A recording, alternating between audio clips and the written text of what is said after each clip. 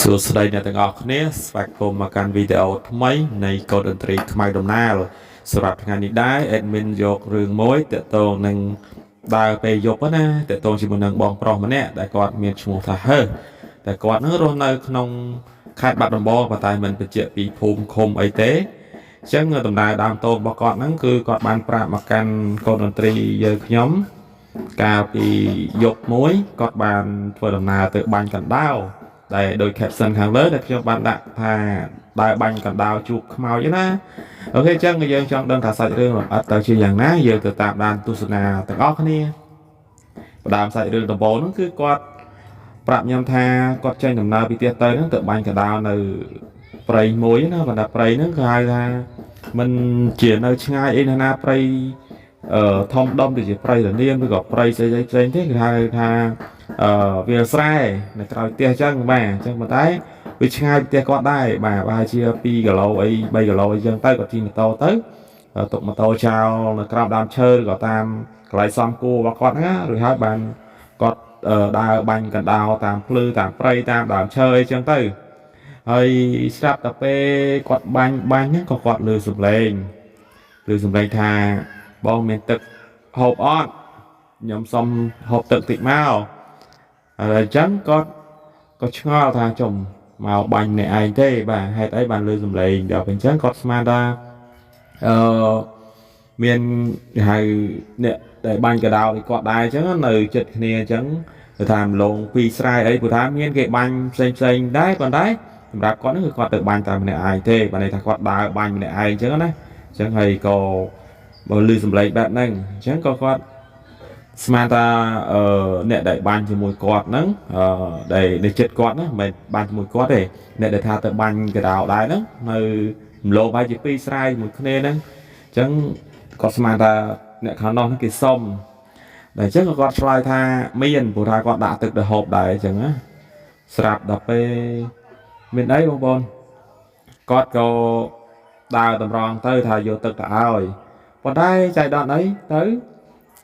ដូចថាយើងឃើញភ្លើងពីចម្ងាយអញ្ចឹងណាភ្លើង7ឡើងឈួលបាញ់កដោដូចគ្នាអញ្ចឹងប៉ុន្តែដល់ពេលដើរទៅវា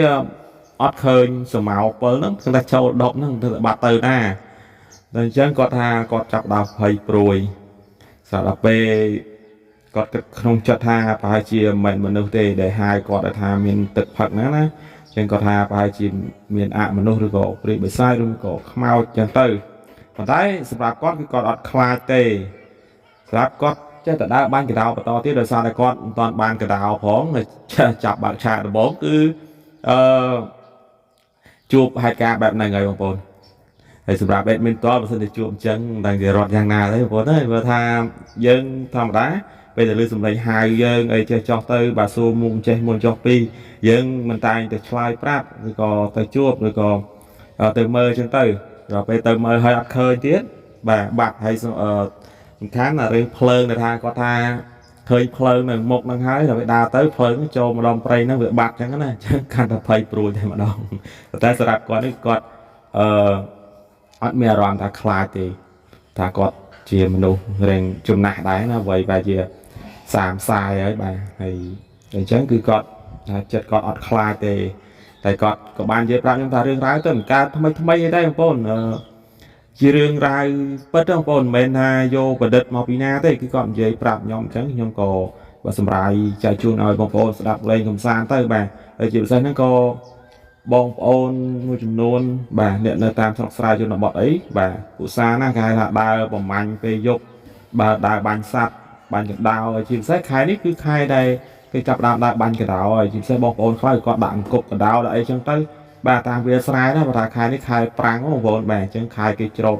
កាត់រួចហើយភ្លើងចាប់ដើមឆេះកជ្រៀងឆេះច្បាយអស់ចឹងទៅគឺគាត់ស្រួលដើរបាញ់ហើយបាទហើយសម្រាប់ admin តនក៏ធ្លាប់ដើរបាញ់ដែរបាទហើយទៅមកឡើយទៅវាឈប់បាញ់ជាថាបាទមើលទៅវាគេថាអត់ចង់ធ្វើមុខរបរនៅបន្តទៀតទេបងប្អូនបាទយើងចង់ហូបយើងទិញគេហូបទៅបាទតែអញ្ចឹងឥឡូវហ្នឹងក៏ឈប់ដើរឈប់រត់ឈប់អីអស់ហើយបាទហ្នឹងហើយហេតុការណ៍ហ្នឹងគឺវាមានតែប៉ុណ្្នឹងហើយបងប្អូនបាទ